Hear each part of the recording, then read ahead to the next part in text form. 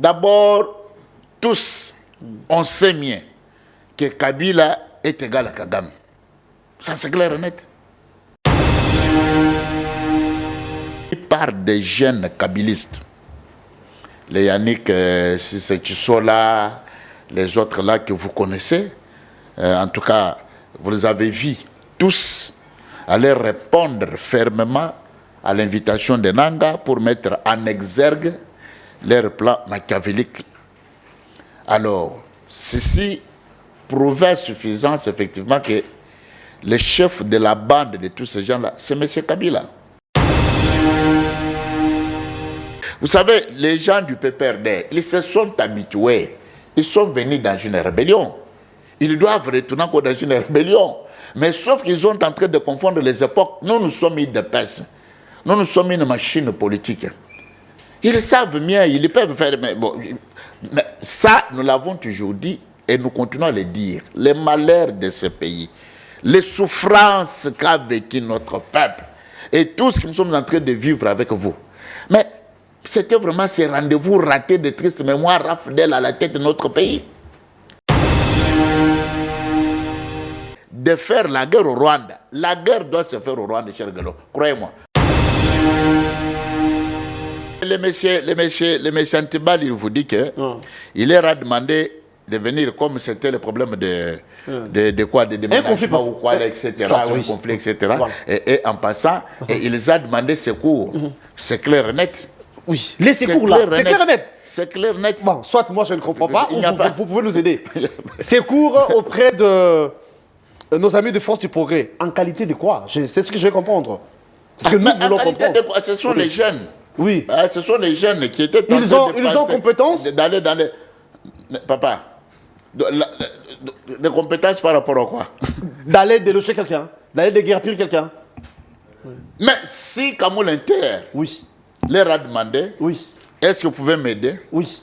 Non. Pour trouver... Parce que c'était dans là où nous sommes. Quand vous parlez d'une aide là, est-ce que ça devrait se passer comme ça? Non, mais écoutez, moi, je dis ce que j'ai suivi. Oui, mais non. Je ne veux pas commenter. Parce que tout ce monde-là porte la casquette de l'IDPS. C'est là où les bas blessent. Non. Est-ce que ça devrait se passer comme ça? Non, c'est là que nous disons qu'il ne faut pas mettre tout sur les dos de l'IDPS. Aujourd'hui, n'importe quel jeune qui peut revendiquer de manière d'une autre, on attribue ça à l'IDPS. Non, l'IDPS a des membres qui ont des qualités. Et est des vôtres.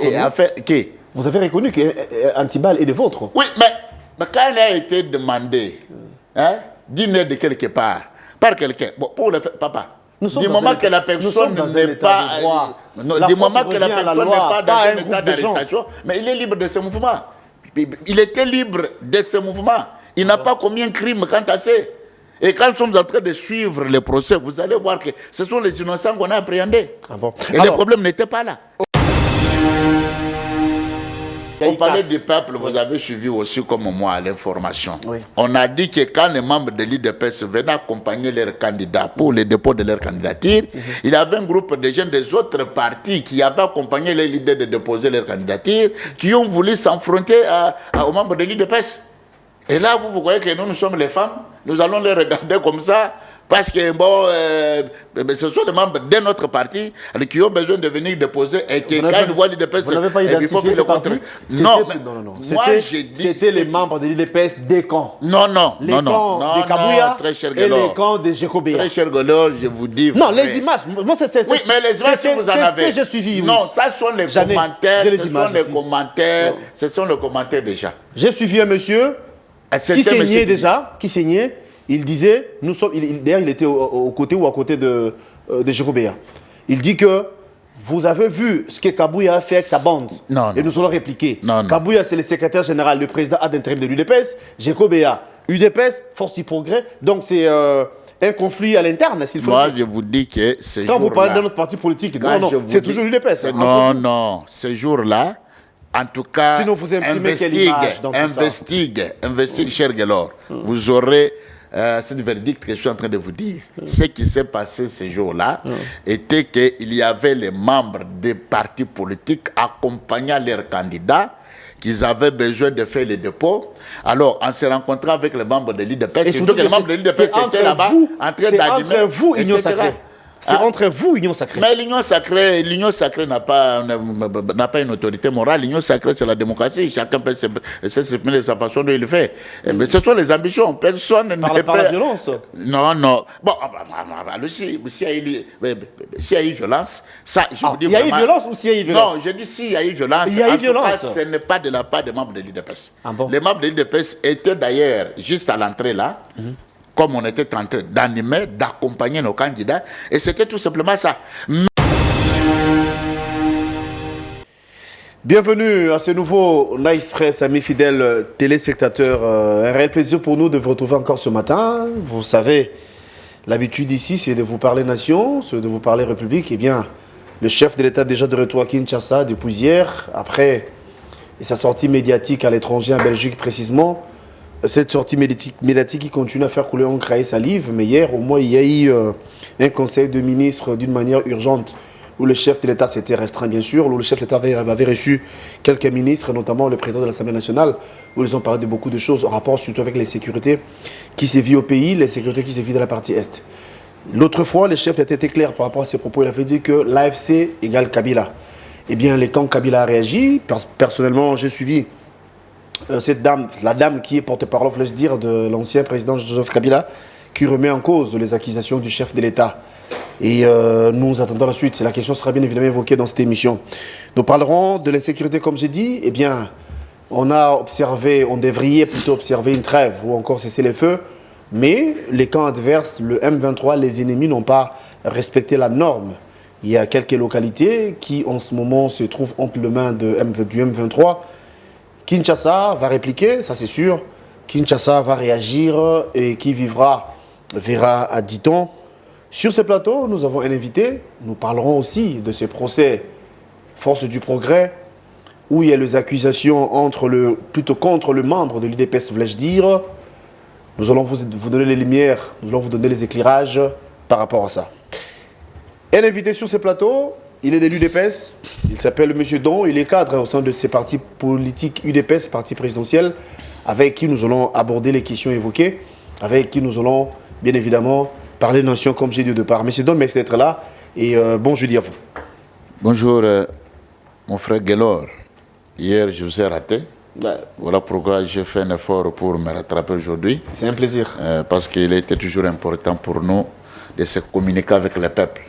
Pour nous, la seule façon de se communiquer, c'est à partir de vos médias et des opportunités que vous nous offrez pour que nous parlons vraiment la nation, parlons la République, parlons l'actualité que le peuple connaît déjà et que nous ne sommes pas plus intelligents qu'eux. Tout à fait. Mais sauf que nous décryptons ensemble avec eux, nous analysons d'une manière froide à tout ce qui se passe dans notre pays, afin que nous puissions nous mettre ensemble au parfum de ce qui se passe dans notre pays. Voilà, je l'ai dit à l'entame.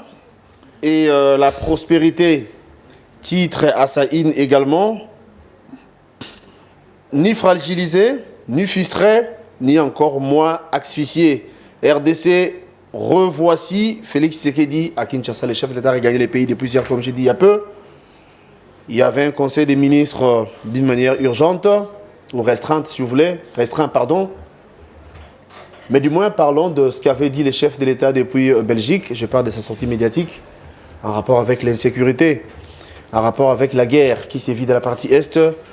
Il a nommément cité l'ancien président Joseph Kabila, qui est à la base de ce qui se passe, parce que le chef d'État a dit Joseph Kabila égale Nanga, Joseph Kabila égale AFC. Alors que vous et moi savions qu'il y a un procès contre Corneille Nanga où on n'a jamais cité le nom de Joseph Kabila. Que peut-on nous comprendre? Merci bien, mon très cher Gelor. La population congolaise doit retenir que la personne la plus mieux informée de nous tous, c'est le président de la République, qui a tous les services à son sein et qui est informé à chaque minute et à chaque seconde. D'ailleurs, si vous allez remarquer bien, c'est que le chef n'a pas inventé la roue. C'est quelque chose que tous on avait déjà constaté, des sorties médiatiques ratées de M. Nanga, qui étaient en train déjà de dépeindre leur mouvement insurrectionnel qui était déjà en train de se préparer quant à ça. Ça, c'est d'une part. D'autre part, vous allez voir que la plupart des jeunes kabylistes, les Yannick Sissetissola, les autres là que vous connaissez, en tout cas, vous les avez vus tous aller répondre fermement à l'invitation de Nanga pour mettre en exergue leur plan machiavélique. Alors, ceci prouvait suffisance effectivement que le chef de la bande de tous ces gens-là, c'est M. Kabila.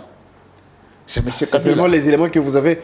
Ce que vous avez dit là, vous pensez que ce sont les éléments suffisants qui prouvent suffisance que Kabila est à la tête ou encore le patron de la... Mais effectivement, parce que vous allez voir, souvenez-vous, avec cette histoire de triste mémoire FCC Kashi, vous avez vu déjà vous-même les comportements de ceux d'FCC qui étaient au gouvernement, dont ils avaient du mal à répondre à des orientations, à des décisions données par les garants des nations, le président de la République, Félix Antoine Tshisekedi. Tous, ils avaient leur cordon ombilical qui est à Kingakati. C'est ça ce qui prouvait effectivement qu'il y avait un plan cantassé. Parce que du moment que tu es membre du gouvernement, tu ne peux plus encore avoir l'appartenance à soi-disant l'autorité morale. Et à cette époque-là, vous allez voir que tout ce qui planait dans la tête, dans les têtes de nos compatriotes, c'était comme si que ce pays était dirigé par deux personnes, Kabila et Tshisekedi. Et ce comportement-là frisait déjà effectivement qu'il y avait un plan, tout ce qui était comme complot, qui se préparait pour déstabiliser ce pays. Voyez-vous? À tous les niveaux, parce que vous savez, c'est un régime qui a clocharnisé tout un peuple, c'est un régime qui s'est enrichi derrière les dos de cette population, c'est un régime qui a assujetti formellement ce peuple. Alors, avec tout ce qu'ils ont eu comme opulence, comme richesse qu'ils étaient en train de voler d'une manière ou d'une autre, alors cela a donné le pouvoir, la puissance de penser ce qui est, surtout. Vous êtes un journaliste. Vous allez encore vous rappeler avec les discours des kabylistes. Tous disaient, en tout cas, Kabila n'est pas encore parti. Et il a dit à son discours, à tantôt, à bientôt, il va revenir. Alors ça veut dire quoi? Et tous, ils vous disaient, surtout quand ils passaient sur vos plateaux, vous disaient, non, non, le peuple réclamait. Mais quel peuple qui réclamait Kabila? Si ce n'est que quelques poignées de gens du PPRD qui faisaient de bruit de manière d'une autre. Vous allez, donc quand nous prenons avec vous tout ce qui était comme péripéties de ce que ces gens étaient en train de nous actualiser, ça veut dire qu'il y avait un plan qui était préparé. Donc le plan, c'est mettre en place l'AFC, mettre en place cette rébellion. Hier, sur ce plateau, j'avais reçu un membre du PPRD. Vous venez de citer les noms, vous avez dit que vous avez cité Yannick Tshisola, vous avez cité Henri Magie, voilà, qui hier était au PPRD, aujourd'hui avec Nanga.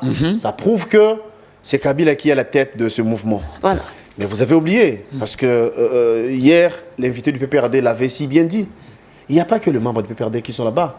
Il y a aussi les anciens ou encore le membre de l'UDPS qui s'y trouvent, qui sont avec Nanga. Il y a les membres du MLC qui sont avec Nanga. Nanga lui-même, jusqu'à nos jours, en croire mon invité d'hier, et encore de l'Union Sacrée. Son parti politique et l'Union Sacrée.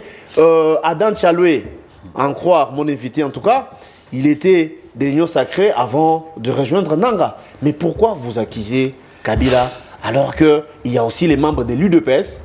Il a cité même Willy Ngoma, voilà, qui était de l'UDPS, qui a fait de révélations d'après ses propos. Mais pourquoi vous voulez mettre tout sur le dos ou sur la tête de Joseph Kabila? Je vais vous dire ici, mon très cher Guélor, que monsieur qui venait de citer là, c'est membre de l'UDPS, il n'a jamais été membre de l'UDPS. Vous parlez de Willy Ngoma? Effectivement, il n'a jamais été membre de l'UDPS. Moi, je suis à l'UDPS, c'est depuis 1991. C'est-à-dire que j'ai sacrifié toute ma jeunesse à l'UDPS et à cette élite-là. Et quand nous faisons recours à nos documentations pour savoir qui était membre de l'UDPS, qui n'était pas là, En tout cas, jamais et alors jamais Willy Ngoma n'a jamais été membre cadre de l'IDPS. On connaît quand la personne il a vraiment des choses à faire ou bien des choses à vouloir ternir l'image des autres ou bien l'image d'un parti politique comme l'IDPS. Bon, il peut aller se procurer ou bien même fabriquer, parce qu'aujourd'hui, avec l'évolution de la technologie, mais tout est possible. Ce monsieur n'a jamais été membre de l'IDPS. Et jusqu'ici, je n'ai pas vu moi membre de l'IDPS dans cette histoire-là. Il y a un qui était venu du Canada, je crois. Non, non, mais c'est Wankacha. Wankacha. Heureusement, vous avez son nom. Wankacha n'est pas membre de l'AFC de Nanga. Ce sont ces déclarations médiatiques, ces sorties médiatiques ratées. Bon, ben, c'est normal, hein, à toute personne qui est frustrée. Bon, il peut parler aussi d'une manière, il peut s'attaquer. Nous, à l'IDPS, je vous ai toujours dit, mon très cher Gelo, nous sommes les pionniers de la démocratie. Nous nous sommes bâtis pour que la liberté d'expression d'opinion soit démise. Et à l'IDPS, nous laissons chacun revendiquer comme il veut. Mais je n'ai jamais vu, moi, M. Wankacha dans la brousse avec Nanga. Je n'ai jamais vu, moi, M. Wankacha en tenue militaire avec Nanga. C'était tout simplement des déclarations qu'il est en train de faire. Donc, je n'ai pas vu, moi, jusqu'au moment où nous sommes en train de faire avec vous cette émission, un membre de l'IDPS avec cette histoire-là. Vous savez, les gens du PPRD, ils se sont habitués. Ils sont venus dans une rébellion. Ils doivent retourner encore dans une rébellion. Mais sauf qu'ils sont en train de confondre les époques. Nous, nous sommes l'IDPS. Nous sommes une machine politique. Ils savent bien, ils peuvent faire... Mais ça, nous l'avons toujours dit et nous continuons à le dire. Les malheurs de ce pays, les souffrances qu'a vécu notre peuple et tout ce que nous sommes en train de vivre avec vous. Mais c'était vraiment ces rendez-vous ratés de triste mémoire raflés à la tête de notre pays. Tous ces gens-là, quand moi je disais souvent dans des plateaux, des débats, que Kabila dans sa tête-là, il n'y avait rien de la politique. Ce qu'il maîtrise mieux, qu'il comprend mieux, c'est le langage des armes, le crépitement des balles et tout ça. Parce que c'est ça des choses qu'il a grandi avec. Mais maintenant, ils sont en train de se tromper d'adresse. Kabila qui ne maîtrise rien de politique, c'est ce que vous avez dit. Oui. Mais s'il faille comparer la gestion de Kabila et la gestion de Tshisekedi, Kabila est parti, parlons de dollars par exemple, le taux était à 16, 15, je ne sais pas trop, 16 je crois. Aujourd'hui, Tshisekedi, c'est près de 29, donc 28. Mais qui fait mieux, qui dit mieux? Mais est-ce que si vous allez comparer cette époque-là et notre époque ici, c'est vraiment... c'est noir sur blanc. Et Kabila a géré ce pays pendant 18 ans, pendant que ce monde n'avait pas connu la crise de Covid. Ce monde, d'ailleurs, même si vous faites... Lors de passation de pouvoir, Kabila a légué les pouvoirs à Tshisekedi. Attendez, cher Gelor, attendez. Oui. Kabila a laissé les dollars à 16,500, n'est-ce pas? Oui. Et lui, il avait trouvé les dollars à combien? Soi-disant son père, Laurent Kabila, lui avait laissé le dollar à combien et Kabila a laissé le dollar à combien. Et à cette période-là, si vous allez vous rappeler, nous étions les seuls pays qui avaient les taux de dollars ou bien les taux d'échange très chers à cette époque-là. Et vous savez à cette époque-là comment des familles peinaient à trouver même du pain de faire nourrir leurs enfants. Vous savez à cette époque-là combien de souffrances qui a guetté notre population dans ce pays à cette époque-là. Est-ce qu'à cette époque-là, il y avait quelle crise? À cette époque-là, il y avait quelle invasion? À cette époque-là, il y avait quoi effectivement? Donc vous comprenez qu'aujourd'hui d'ailleurs, ici à Dangola, tout près de nous, vous savez le dollar c'est combien? C'est 100 sur 100. Donc 100 dollars égale à 100 000 kwanza. C'est-à-dire extrêmement cher que jamais. Je venais à peine de venir au Congo-Brazzaville, tout près de nous ici. 100 dollars, c'est 65 000 francs CFA. Et vous arrivez, que ce soit en Angola, que ce soit au Congo-Brazzaville ici, mais vous allez trouver que les gens peinent, les gens souffrent. Mais néanmoins, quand même ici, malgré, parce que la difficulté de ce pays, je vous ai dit, un pays qui ne produit pratiquement pas, comment il peut se stabiliser d'abord monétairement par là? Mais, pendant que tout ça ici, l'État dit que c'est Kabila qui sera à la base de Mais la effectivement, situation en termes effectivement, sur oui. le plan économique. Mais, Quelle logique? mais, mon cher Galor, nous avons eu avec vous un jour un rapport qui venait de Panama Papers, non? On nous a dit qu'au paradis fiscaux, Kabila avait combien? 15 milliards de dollars. C'est que Mobutu n'avait jamais fait dans ce pays. Mobutu a fait 32 ans, mais qui comptait à peu près 3 milliards quelqu'un. Mais les rapports qu'on avait eu avec vous, mais ce pays était kabilisé, non? Qui ne le sait pas? Tout c'était Jeannette, tout c'était l'autre là, son petit qui est là. Et tout c'était Kabila. Donc c'est un pays d'impunité. Je peux voler comme je veux, en tout cas que personne touche mon trône. Tu peux aussi voler comme tu veux. Ça, vous le savez. Donc c'est-à-dire que nous parlons devant les Congolais qui ont vraiment, dans l'ensemble de ces combats de mortels, qui ont vu le procès ici, il y en a eu plusieurs, 100 jours, Covid, lampadaire, forage. Chers collègues, aujourd'hui, nous avons eu quand même la chance de commencer à savoir, à comprendre, à s'informer qu'il y a les détournements. Et que malgré ces détournements, quand même la justice fait son effort d'interpeller, afin que nous sachions qu'effectivement, on est tenté... Pour quelle finalité, par exemple? Non, mais ça, il faut aller s'enquérir auprès de la justice, auprès des magistrats, auprès de ceux qui jugent tous ces gens-là à qui on trouve les mettre un peu dans les sacs entassés. Mais néanmoins, nous, on ne peut pas ici quand même dire qu'il n'y a pas quand même un décor qui est planté. Aujourd'hui, tous les détourneurs savent mieux que je détourne. Bon, demain, je peux regarder déjà dans mon rétroviseur, ou là, ici, peut mettre la main sur moi, ou je peux quand même être référé. Ouais, aujourd'hui, même tous les gens que vous citez là, ils ont du mal vraiment à se relever à l'opinion. Partout il passe, vous savez combien l'opinion Ce qui n'est pas le cas pour Nicolas Kazadi, par exemple. Alors, oui, mais nous laissons la justice faire son travail. Vous voyez. Non, le chef de l'État a dit quelque chose par rapport à lui. Il n'y a pas de problème. Le chef de l'État l'a dédouané déjà, lui, le magistrat suprême.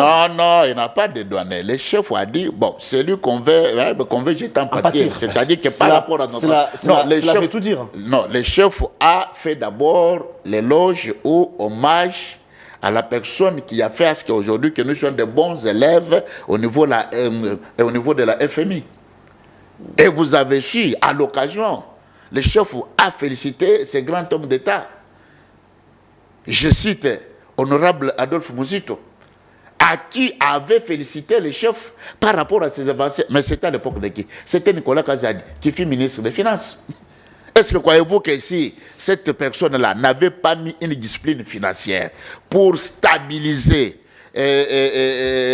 notre économie quant à ça, et les cadres qu'on a toujours dit macroéconomique, mais nous, on ne pouvait pas être très mieux coté par l'FMI quant à ça. Par la FMI. Donc ça veut dire que les chefs faisaient tout simplement l'éloge des avancées notables que nous avons eues parce que c'était une première dans l'histoire de notre pays. Parce qu'on était toujours côté de mauvais élèves. Bon, et enfin, quand il a dit ça, lui, il a dit ils ne sont pas substitués en justice. Il a laissé que la justice fasse son travail. Vous avez dit sur ce plateau que Kabila ne maîtrise rien sur le plan politique, en et tout que cas, Tshisekedi le dépasse en loi. Et on essayait de faire une étude comparative entre les deux présidents ou la gestion de ces deux-là. Lors de passation de pouvoir, les pays étaient entiers. Aujourd'hui, Bounagana est sous contrôle. Il y a des zones où Kinshasa n'arrive pas à mettre la main. Alors que Kabila avait légué tout le Congo à Félix Tshisekedi. Qui a fait mieux? Ça me fait rire. Vous savez, le pays n'était pas tout entier. Il faut comprendre.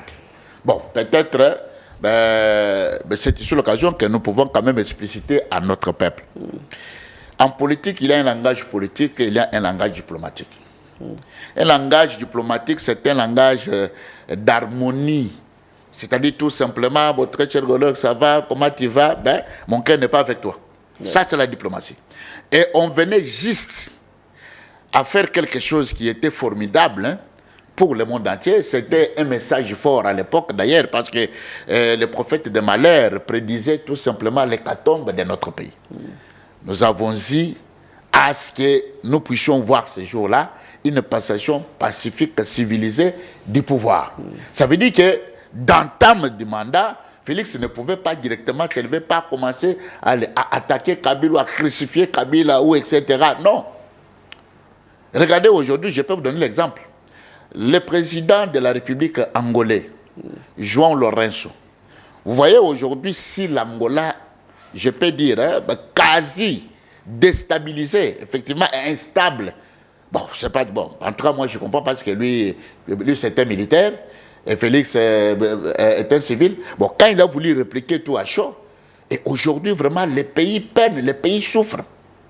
Et à cette époque, Félix ne pouvait pas directement attaquer. Aujourd'hui, même quand nous sommes en train de parler avec vous, cette histoire d'M23. Mais l'M23 était ici, non? Le pays n'est pas tout entier. M23 était ici au Congo, en RDC. Il faut parler de quelle année?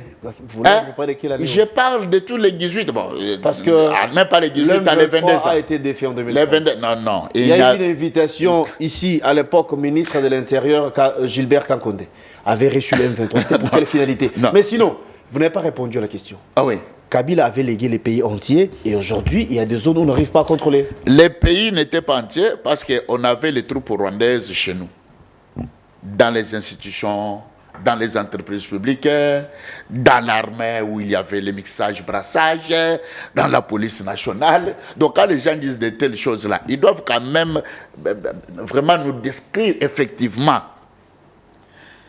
Aujourd'hui, il y avait un rapport qu'on nous avait révélé avec vous par le professeur Kalele, jusqu'à l'époque où Kabila quittait le pouvoir, que Rwanda avait le contrôle de nos frontières à 100% par M. James Kabarebe dans l'ex-accord. C'est-à-dire qu'il y avait des zones où ils étaient en train de contrôler.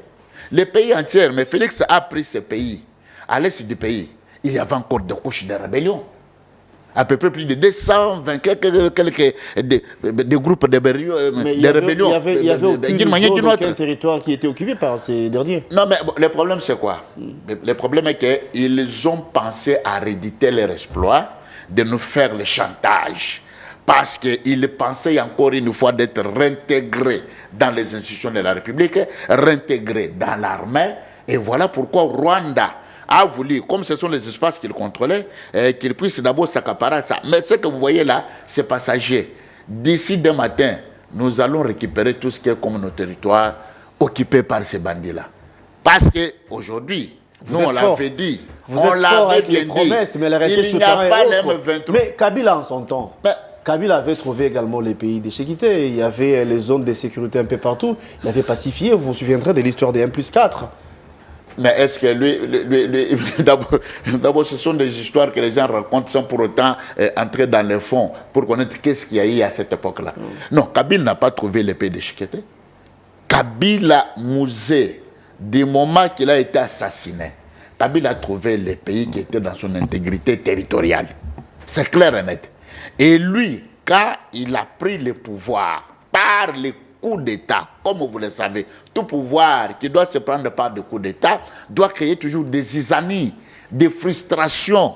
Voilà pourquoi d'autres souches, notamment MLC, RCDKL, CDKM, tous les Rwandais là, Kabila avait fait un coup d'État. Par coup d'État, nous étions où? C'était où? Non, mais vous savez, ici, je ne peux pas tout révéler. Mais quand même. Non, la vérité est que Mouzé a été assassiné et son fils l'a remplacé. Mais néanmoins, on avait suivi le procès. Hein. Quand vous avez suivi Edi Kapen nous avait révélé un peu des histoires pour connaître qu'à l'époque, ce qui avait eu, ce n'était pas l'assassinat comme tel, mais c'était un coup d'État préparé, mieux calibré.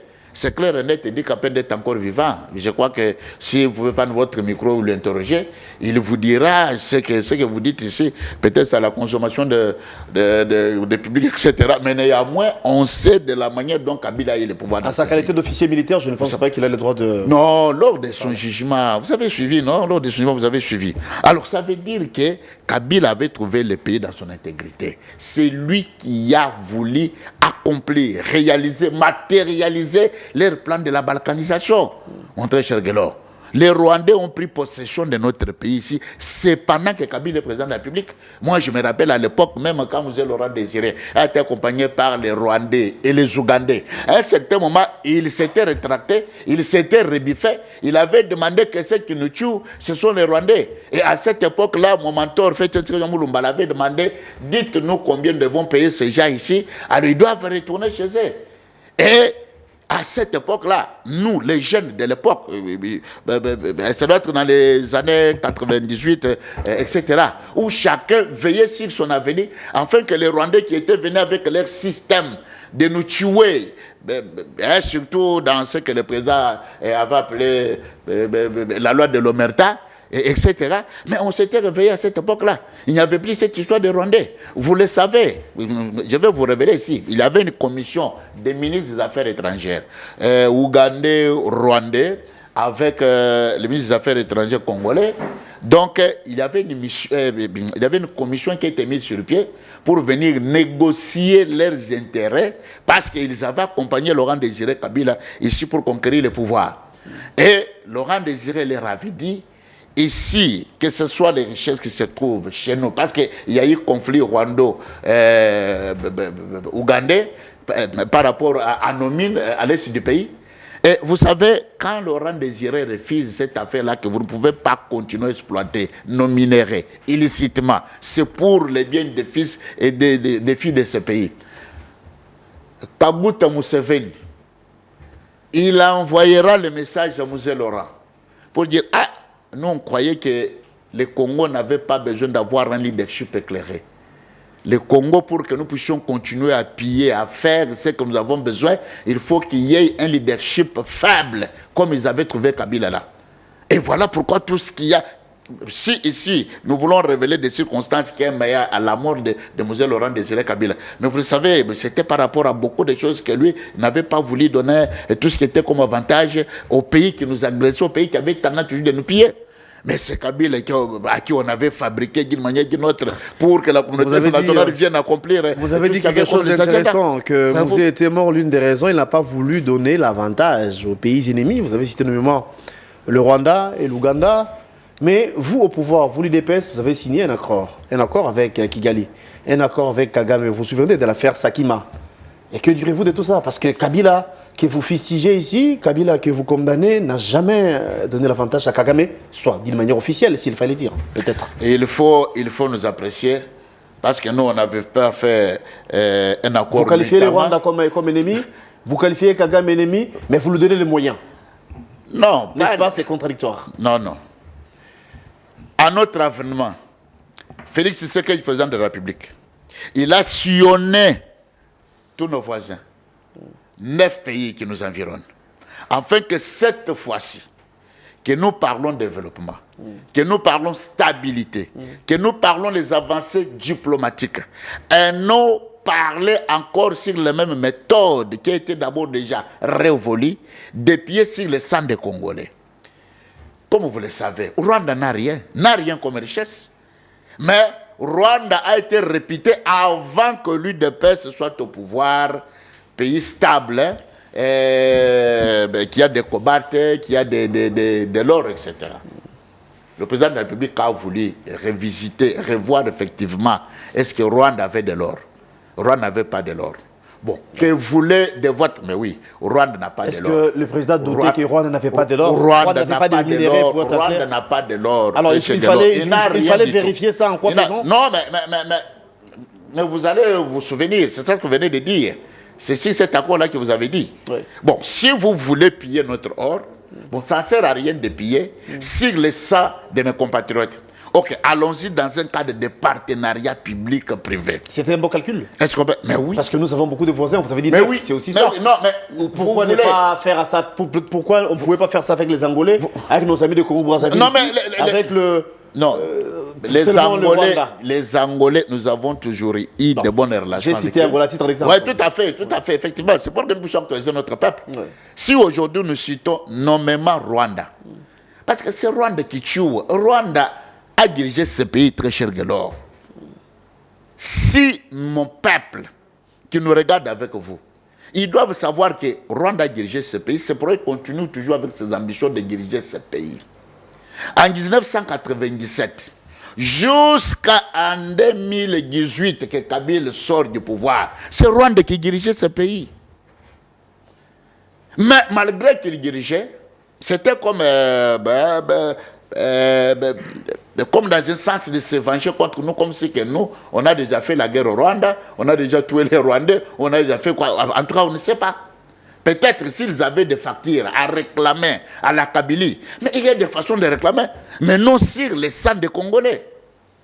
Et cette fois-là, le président a demandé que si il fallait signer ce contrat-là. Non, mais le contrat était, d'abord, le contrat était dans le cadre de partenariat public-privé. Bon, vous voulez l'or de chez nous, ok. Bon, quand vous voulez l'or de chez nous, bon, vous nous versez autant. Et là, vous pouvez quand même exploiter. C'était un bon calcul. C'était un bon calcul. C'était une belle proposition. Non, mais tous les pays, comme vous le savez, nous avons une charte, non? Il n'y a pas un pays qui vit seul, il n'y a pas un pays qui peut se développer seul. Nous avons une charte des Nations Unies où tous nous sommes signataires. Nous pouvons coopérer de manière autre, nous pouvons nous développer de manière autre.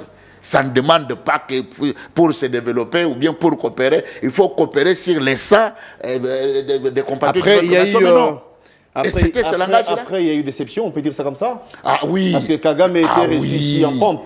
Ah oui. Comme un roi ici au stade des martyrs. Après, il y a eu déception. Le chef de l'État avait dit clairement. Ça, c'est le discours de la Kabylie. Non, non. Moi, je vous pose des questions. Tous étions ici à Kinshasa. Nous avons vu Kagame ici au stade des martyrs. On avait chanté pour lui, on avait applaudi, et puis après, ça a tourné au vinaigre. Et le chef de l'État avait dit clairement qu'il ne va plus en aucun cas échanger ou parler avec Kagame, sauf à l'enfer ou au paradis. Mais il y a peu. Dans son dernier discours, il a dit qu'il ne peut pas négocier avec le M23, encore moins avec AFC, mais plutôt avec Kagame. Que peut-on comprendre? Non, mais bon, Kagame d'abord, il était venu nous rendre visite pendant qu'on était tenté de pleurer notre héros national, Félix Tshisekedi Mulumba. Cher Gelor, ne faut pas me dire qu'il y a quelqu'un qui vient vous rendre visite dans un moment de tristesse. Et qui était cette personne? Et alors vous allez maintenant. Qui était cette personne? Non, et puis. Inversons un peu le rôle. Et puis. Réfléchissons à haute voix. À supposer que Kabila, président de la République, et que Kagame était venu, UDPS, bon, oh. D'abord, tous, on sait bien que Kabila est égal à Kagame. Ça, c'est clair et net. On sait que Kabila est égal à Kagame. Kagame est égal à Museveni. Donc, c'est le duo des trios, etc. C'est connu de tout le monde. La mémoire collective congolaise, en tout cas, ne peuvent pas me contredire à ce que j'ai dit. Et peut-être, ça, ce sont des commentaires des gens de la Kabylie qui ont voulu fomenter des histoires parce que tous, on était au stade. Et ces chansons-là, non, ce sont des histoires, non, ce sont des histoires de bas étage. Donc nous n'entrons pas par là. Nous, ce qu'il faut retenir est que Kagame, nous avons voulu relancer la diplomatie. Nous avons voulu relancer la coopération. Nous avons voulu que nous cohabitons pacifiquement avec nos 9 voisins. Mais les autres ne nous font pas de problème. Alors comme c'est Kagame qui continue avec ses ambitions, que nous disons que ce sont des ambitions belliqueuses d'ailleurs, là il va nous rencontrer sur notre chemin. Ça, nous n'allons pas reculer. Kagame et moi, Kagame c'est un délinquant, c'est un voyou, c'est vrai. Kagame et moi, on ne va plus parler, sauf à l'enfer ou au paradis. Mais je ne peux pas non plus parler avec le M23, encore moins avec AFC, mais plutôt Kigali ou Kagame. Mais vous savez, quand vous êtes en guerre, quand vous êtes attaqué ou envahi, il y a les fronts qu'il faut exploiter. Oui. Il y a premier front, c'est le front militaire. Deuxième front, front diplomatique. Troisième front, front économique. Quatrième front, front humanitaire. Cinquième front, front médiatique. Nous sommes en train d'exploiter tout. Et l'option de faire la guerre au Rwanda reste. Ça, mon très cher Gelor, je vous dis la vérité. D'ailleurs, c'est là même que moi je suis sur l'occasion pour saluer la mémoire de ce grand homme d'État, Adolphe Muzito. Il en avait dit à son temps. Et quand il avait dit, il n'avait pas parlé comme de la blague. Il avait dit ce qui était réel. Pour que nous ayons la paix, il faut faire la guerre au Rwanda. Et nous sommes dans cette posture-là. Nous sommes bien préparés pour que la guerre se fasse au Rwanda. Mais, comme vous le savez, nous sommes en train d'exploiter encore le deuxième front, qui est le front diplomatique, où nous avons dit que Kagame à la table avec le médiateur, notamment João Lourenço, qui a été choisi. Nous allons lui poser la question. Qu'est-ce qu'il veut? Ce qu'il veut, c'est quoi? Et où nous allons s'expédier cette guerre-là? Et nous sommes prêts. Parce que... Et jusqu'ici, nous ignorons ou nous ne savons pas ce que fait Kagame? Non, mais... Vous êtes en train de voir la fois passée. Kagame à sa sortie médiatique devant vos confrères de France 24. Vous avez suivi ce qu'avait dit Kagame. Il reste main tendue. Il cherche de gauche à droite pour rencontrer Tshisekedi, afin qu'il parle paix. C'est ça que Kagame est en train de chercher. Aujourd'hui, peut-être les journalistes de chez nous, tes confrères, ils ne veulent pas peut-être faire leur travail comme il faut, comme il se doit. Bon, peut-être vous vous distinguez d'une manière ou d'une autre, mais dans votre corporation, il y a encore beaucoup de moutons noirs qui sont là-bas. Jamais un journaliste rwandais n'a jamais fait l'apologie de la guerre qui se passe à l'Est là-bas. Tout à fait. Mais il y a tant de pertes en vies humaines, que ce soit même dans leur rang. Mais chez nous ici, bon, c'est facile, hein? Ton frère peut entrer en prison avec le téléphone filmé et puis tout ça. Bon, c'est ça la RDC, c'est ça le travail d'un journaliste. Or, ce n'est pas ça. Je vous dis que jusqu'ici, les Rwandais sont en train de vouloir que nous trouvons... Il faut retenir une chose, c'est que nous devons dire à notre peuple. La guerre qui se passe chez nous, ce n'est pas le Rwanda là que vous voyez. Le Rwanda est tout simplement la sous-traitance de la nébuleuse communauté internationale et les multinationaux. Ceux qui nous font la guerre, c'est la communauté internationale. Et quelques multinationaux qui veulent s'enrichir illicitement sur le sang des Congolais. Et c'est quoi le remède pour mettre fin? Comme vous savez, comme nous savons, que les Rwandais jouent la figuration et que derrière, ce sont de grandes puissances. Oui. Qu'est-ce que nous faisons? Qu'est-ce qu'il faut faire pour mettre fin? Non, mais maintenant, qu'est-ce qu'il faut faire? Il faut faire la guerre au Rwanda d'abord. Il faut commencer à faire la guerre. Il faut commencer d'abord à faire la guerre. Qu'est-ce qui nous empêche? Qu'est-ce que nous attendons? Alors, qui veut la paix prépare la guerre.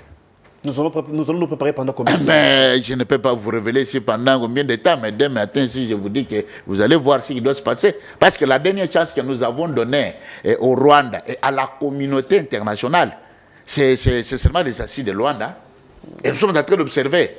Si et que ça doit encore peut-être ne pas être à la ligne où il fallait, où il se doit que nous puissions négocier, nous allons répliquer farouchement.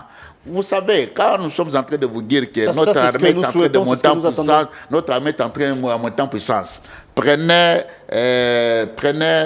la sortie médiatique de l'honorable Adolphe Muzitu. Il vous avait prescrit effectivement comment une armée peut monter en puissance. C'est-à-dire qu'il faut doter cette armée avec des effectifs considérable. Aujourd'hui, vous vous référez à Adolphe Muzitu, alors qu'en son temps, quand il avait dit ça, il n'avait pas le soutien de... Non, nous, en aucun moment, ce qu'il avait dit, personne ne l'avait contredit. C'est normal, il était un citoyen de ce pays, il a été aux commandes de ce pays, il connaissait ce qu'il disait. En aucun moment. Moi, je me rappelle chez vous ici. Vous avez raison. Sur toute la ligne. Non, mais moi, j'étais chez vous quand vous m'avez reçu l'autre fois. Je vous avais dit qu'effectivement, en tout cas, ce qu'il a dit, il en avait raison. C'est vrai, nous avons les images. Oui, il avait...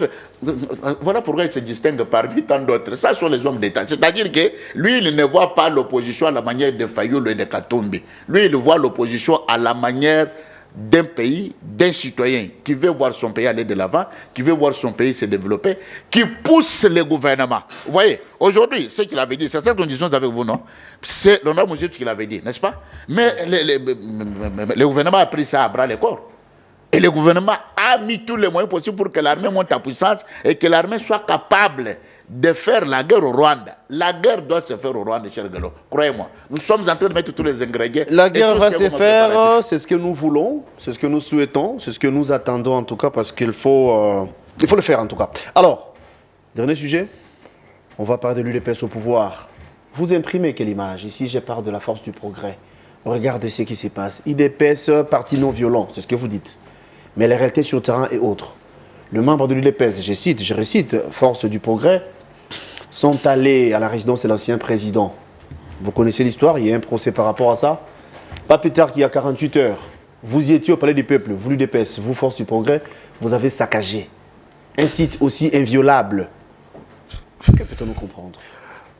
L'UDPS, cher Gelor, à son sein, n'a jamais hébergé ou élu domicile à un groupe de milices. Nous avons suivi avec vous la vice-ministre à l'Intérieur, qui nous avait dit, au vu au sud de tout le monde, que ces gens-là n'étaient pas les membres de l'UDPS, c'était un groupe de jeunes qui ont créé le mouvement spontané à un conflit parcellaire. D'ailleurs, vous l'avez vu au procès, non? Les messieurs Kamoul Interaki. Vous suivez le procès? Vous suivez le procès? Oui, mais je suis en train de suivre ça. ce sont les membres de la force du progrès. Mais les messieurs, vous avez dit... Ils au sein de l'UDPS dans ce qu'on appelle Ligue de jeunes. Identifiez-les. Mais néanmoins, c'est que moi j'ai suivi. J'ai suivi notre combattant Antibal, voilà, qui a décrit la situation telle qu'elle a été. Il est de l'UDPS, ok. Oui, mais j'ai dit. Voilà. Mais il a été arrêté arbitrairement. C'est là que nous demandons que la justice fasse son travail. Mais elle a bien détaillé sa situation. Elle n'était pas partie pour aller manifester quoi que ce soit. Voilà. Ils étaient partis pour les images ou quoi, là où ils étaient. Non, ils étaient partis. Ils n'étaient pas que... C'est Kamoul Inter pour déloger X ou Y personnes. Oui, mais ils avaient demandé... C'était en quelle qualité? Ils avaient demandé, parce que Kamoul Inter est membre aussi de l'UDPS, ils les avaient demandé de l'accompagner, de l'appuyer. Là, vous ajoutez encore des éléments. Kamoul Inter, membre de l'UDPS. Pour déloger, pour déguerpir ou déloger quelqu'un, il faut prendre le jeune de l'IDPS pour aller le faire, alors que nous avons les services. Il y a la police, il y a... Mais c'était sur base de quoi? Mais les messieurs Antibal, il vous dit que il leur a demandé de venir comme c'était le problème de quoi, de déménagement ou quoi, etc. Un conflit, etc. Voilà. Et en passant, il les a demandé secours. C'est clair et net. Oui, les secours là, c'est clair et net. C'est clair et net. Bon, soit moi je ne comprends pas, ou vous pouvez nous aider. Secours auprès de nos amis de Force du Progrès. En qualité de quoi? C'est ce que je vais comprendre. Parce que nous voulons comprendre. De quoi? Ce sont les jeunes. Oui. Ce sont les jeunes qui étaient... Ils ont compétence d'aller dans les... Papa, de compétences par rapport à quoi? D'aller déloger quelqu'un, d'aller déguerpir quelqu'un. Mais si Kamoul Inter... Oui. leur a demandé, est-ce que vous pouvez m'aider? Oui. Non. Pour trouver... Parce que c'était dans là où nous sommes. Quand vous parlez d'une aide là, est-ce que ça devrait se passer comme ça? Non, mais écoutez, moi, j'ai dit ce que j'ai suivi. Oui, mais non. Je ne veux pas commenter. Parce que tout ce monde-là porte la casquette de l'IDPS. C'est là où les bas blessent. Non. Est-ce que ça devrait se passer comme ça? Non, c'est là que nous disons qu'il ne faut pas mettre tout sur les dos de l'IDPS. Aujourd'hui, n'importe quel jeune qui peut revendiquer de manière ou d'une autre, on attribue ça à l'IDPS. Non, l'IDPS a des membres qui ont des qualités. Il est des vôtres. Vous avez reconnu qu'Antibal est des vôtres. Oui, mais quand il a été demandé d'une aide de quelque part, par quelqu'un, bon, pour le faire, papa, du moment que la personne n'est pas... Du moment que la personne n'est pas dans un état d'arrestation, mais il est libre de ce mouvement. Il était libre de ce mouvement. Il n'a pas commis un crime quant à ça. Et quand nous sommes en train de suivre le procès, vous allez voir que ce sont les innocents qu'on a appréhendés. Et le problème n'était pas là. Au palais du peuple, vous avez suivi également. Donc, au palais du peuple, vous avez suivi aussi comme moi l'information. On a dit que quand les membres de l'IDPS venaient accompagner leurs candidats pour le dépôt de leur candidature, il y avait un groupe de jeunes des autres partis qui avaient accompagné les leaders de déposer leur candidature, qui ont voulu s'affronter aux membres de l'IDPS. Et là, vous voyez que nous sommes les femmes, nous allons les regarder comme ça, parce que bon, ce sont des membres de notre parti qui ont besoin de venir déposer et que quand ils voient l'IDPS, il faut faire le contraire. Non, moi j'ai dit... C'était les membres de l'IDPS des camps. Non, les camps de Kabouya et les camps de Jekobea. Très cher Golo, je vous dis... Non, les images, moi c'est... Oui, mais les images, si vous en avez... C'est ce que j'ai suivi, oui. Non, ça sont les commentaires, ce sont les commentaires déjà. J'ai suivi un monsieur... qui saignait, il disait, d'ailleurs il était au côté ou à côté de Jekobea. Il dit que vous avez vu ce que Kabouya a fait avec sa bande. Et nous allons répliquer. Kabouya, c'est le secrétaire général, le président ad intérim de l'UDPS. Jekobea, UDPS, Force du Progrès.